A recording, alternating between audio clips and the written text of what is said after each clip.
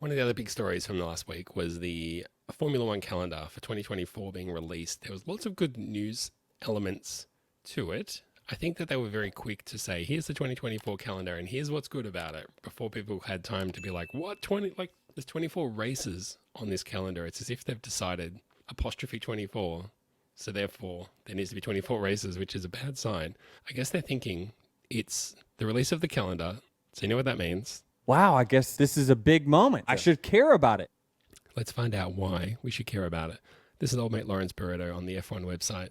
3 key standouts from the 2024 F1 calendar. He says here, the season begins with 2 Saturday races. For the first time since 1985, a full World Championship Grand Prix will take place on a day other than a Sunday this year when the lights go out for the much anticipated inaugural Las Vegas Grand Prix at 10 p.m. local time on Saturday, 18th of November. Despite the story being about next year, despite this heading being about the start of next season, this first paragraph is about this year.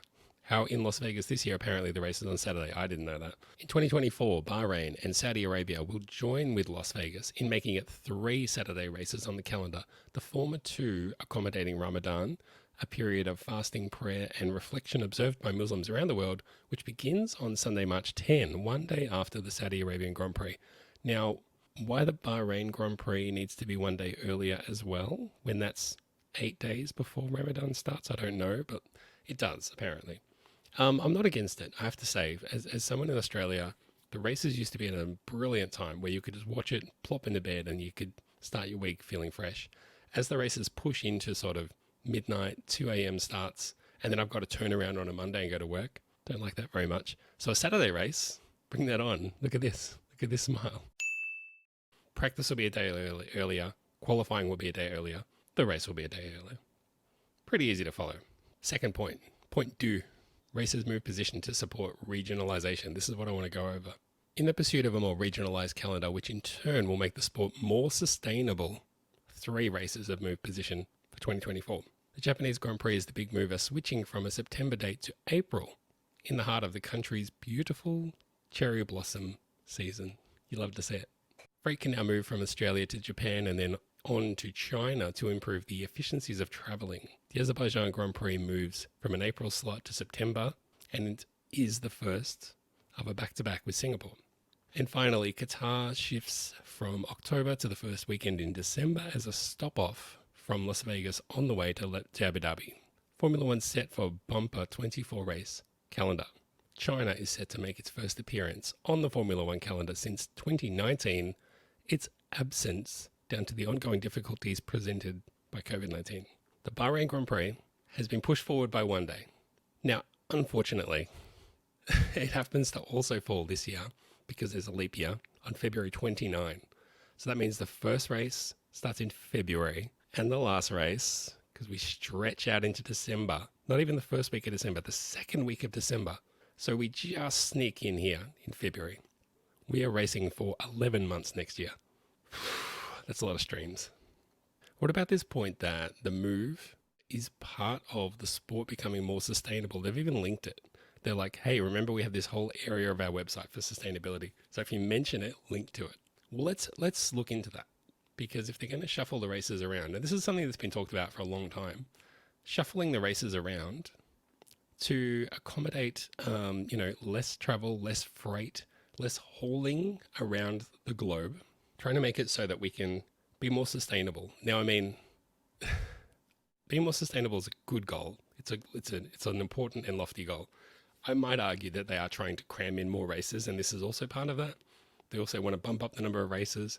I'm sure the ideal number of races they have in their mind is closer to 30, but it's just logistically impossible unless they come up with this regionalization strategy where they don't have to bounce across the globe every other weekend, right? Quick comment from the live stream as well. I'll just show this and give it a quick read. For some reason, I thought Jeddah was set to be the opening race. You might have heard that it had moved or something, but the calendar is out there for all to see. So what I thought I would do as a way of having a look at it, and we can judge for ourselves how much bouncing around we're going to be doing. So if I bring this up, you might remember this floating blue thing. This is the thing we're trying to look after by being more sustainable. I've actually mapped in here all of the races. We'll bounce from one to another, And we will see for ourselves whether there's any improvement here in terms of where we're going to be in the world and how we're traveling around. So everything kicks off here, the Bahrain International Circuit. We've raced at a few of these different tracks over the last few years for obvious reasons, but we're starting off here, and they're also doing, I believe, pre-season testing here. So it kind of makes sense to do some testing and then kick straight into the racing at the same circuit. There's already an efficiency there. So there we go. Track number 2, Jeddah, the race that we shall not name because we hashtag boycott the race. But here's where it is for those who want to know. Same part of the world. You can see there that was pretty quick. Didn't have to go very far at all. From there, this is a big asshole. We jet out and we land. We're going to see most of the earth as we travel from one place to another. Here's me. There I am right there. Oh, you missed me.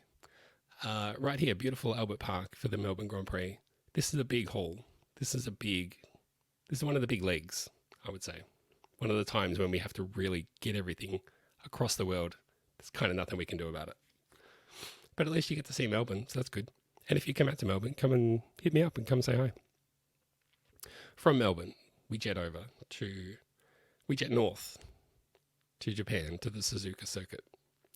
This is it's one of the favorites for like the Melbourne and Australia based F1 journalists who are like freelancers, because they can fly out, stay for a couple of days somewhere, get to see a little bit of Japan, but they can self-fund themselves. They self-fund themselves, go to the race, get their accreditation covered and everything, but they cover all their own expenses, and then usually they fly back.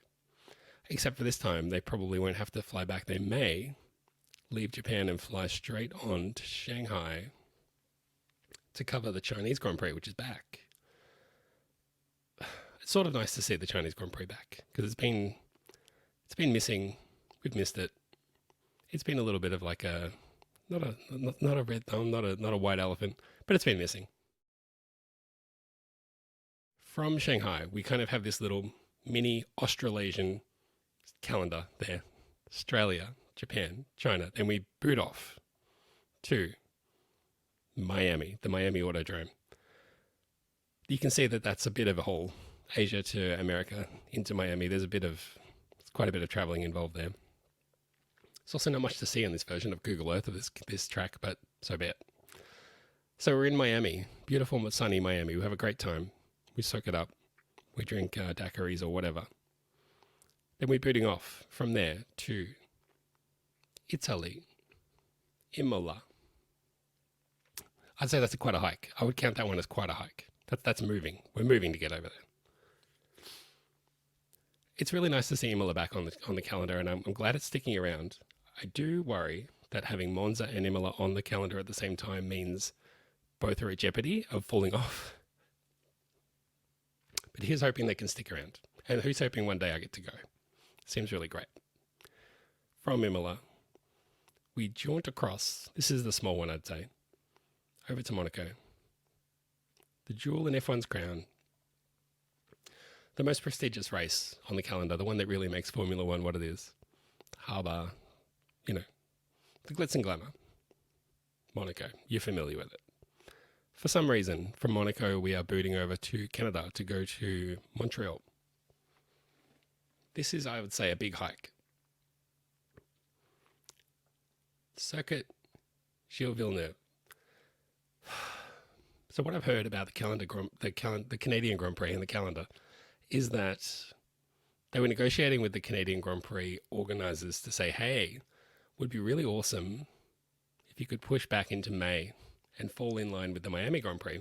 So we have Miami, then we have Canada, then we go off to Monza, and then we go off to Monaco, then we have Imola, and then we kick into Europe. And they were like, don't like that idea. This is what I've heard. Canada said, nope, in May, it'll be too cold. We would like to keep our race in June, please. And apparently, they could not come to any agreement that saw the race move. They were entrenched. And they said, we shall not move. And they stay in their usual position in early June. The one thing I like about this, I have to say, is that it realigns the race, the Canadian Grand Prix, with the King's birthday holiday, which more of that, please. Might go back to my usual tradition of getting up early, watching the race, and then making pancakes for breakfast. Anyway, so be it. We're unfortunately bouncing into Europe, out to Canada, only to return to Europe to go to the Spanish Grand Prix at the Circuit de Barcelona, Catalunya. I don't know all the politics about it. Zach always gives me a hard time. The track looks like a crab. Everyone calls it Barcelona. These are all just facts. But since we're in Europe now, we're going to stick around for a little while. Go from Spain over to Austria to the Red Bull Ring, where we've just been recently. So I'd say that's a pretty efficient lining up of races there. Get to go to the Red Bull Ring where all the Max Verstappen fans love to chant. They love to shout stuff at the drivers as they go past, like, Lewis, I love you and respect you. It's true story. I heard that once. From Red Bull Ring, we go to Silverstone, where you actually may hear people say that. I'd say still, again, fairly close. I mean, that's maybe a little bit across Europe, but we're doing okay. We're doing okay. This one has me a little bit perplexed because we go from Silverstone to Hungary, and if you watch quickly, you might even see the Red Bull Ring swing past us there as we go to Hungary. I don't know what's going on there. This might be one of those things where they didn't want to have two races that were geographically close to each other, right next to each other on the calendar, because there might be some people that want to go to both, and Formula One wants to let those people do that, rather than saying, man, they're 2 weeks away from each other, I'll just pick one, But it seems like Red Bull Ring's right there, and then we jump over to Britain and then come back. Bit strange. Oh well. From Hungary, we booted off to the land of chocolate. My favourite race, Spa-Francorchamps in Belgium. What a glorious track. The thing that bums me out about this, though, is that they've moved it from... It used to be the race that kicked off the second half of the season after the summer break, and now they've moved it to be before the summer break for some reason. The thing I liked about that was that as you get into the summer break and everyone kind of disengages from Formula One for a while, this was the one that kind of got everyone excited and brings them right back. But, oh well, at least this sends us off now. Sends us off into the summer break on a good note. Anyway, after we've forgotten about Formula One for a while, we wake up from our slumber and we're off to Zandvoort.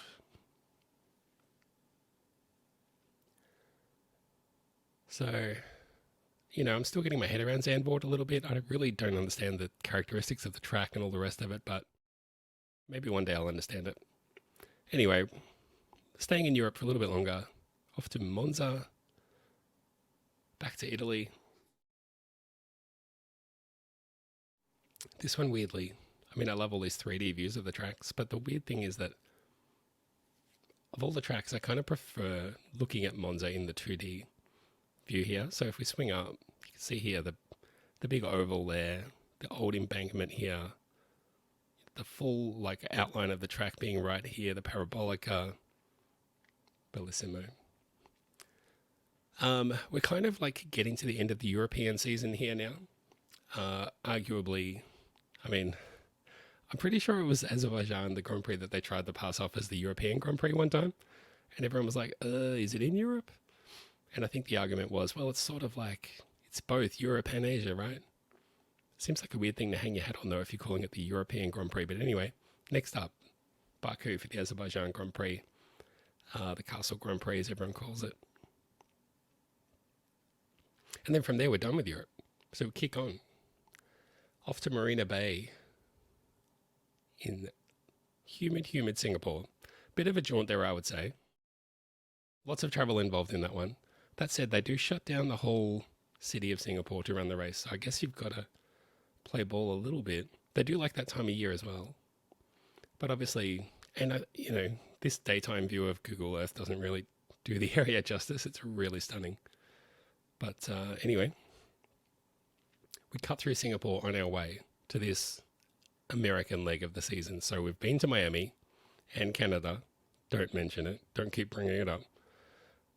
Off to the Circuit of the Americas in Austin, which, famously, it feels to me like it's out in the middle of nowhere. Obviously, famously, they copied some of the characteristics of the Silverstone track, including it being out in the middle of nowhere.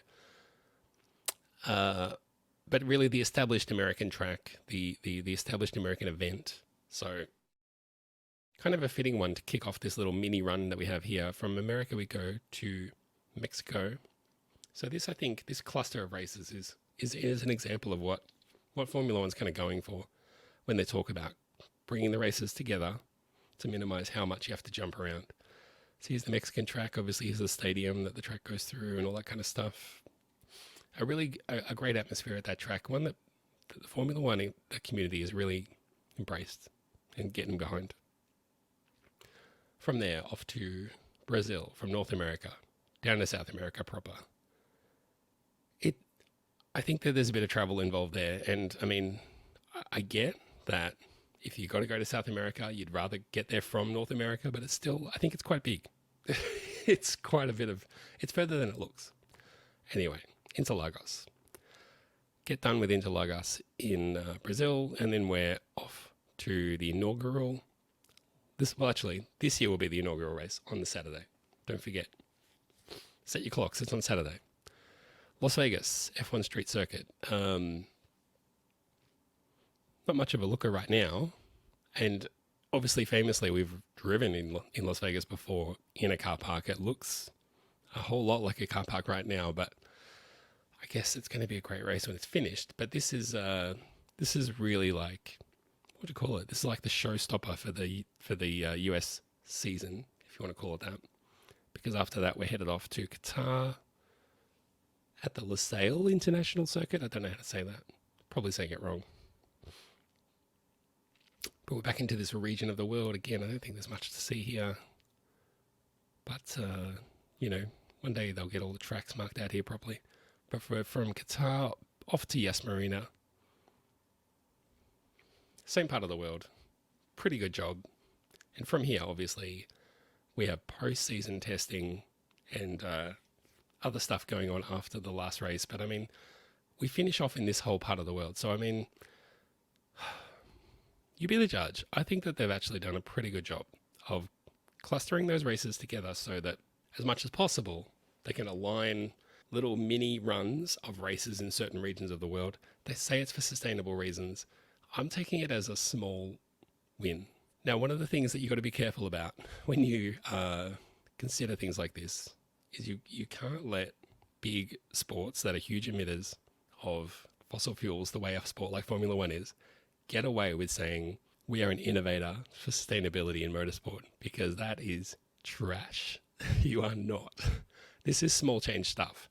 Again, we should take the small wins, but we have to hold big polluters to account, and this is no exception. If you want to say something like, "Hey Rod, don't all these little small wins matter? Isn't it about considering our carbon footprint at all times?" My response to you would be, we should. That's exactly right, except the whole idea of considering a carbon footprint was invented by huge fossil fuel emitters to deflect attention away from them and any need for action on them. So their whole thing was, you guys should be buying glass, buy your Coke, buy it in a glass bottle, man. You're the problem. You shouldn't be buying Coke in a plastic bottle. Buy the glass one, man. And it's like, but aren't you spewing out hundreds of thousands of tons of CO2 every year? Yeah, but it's you, man. Glass. Use glass, man. It's like, sorry, dude, I'll try. Whew. Bloody hard, though. Anyway, that's the calendar. I hope that sheds some light on the objective at a macro level. And remember, though, don't let them off the hook.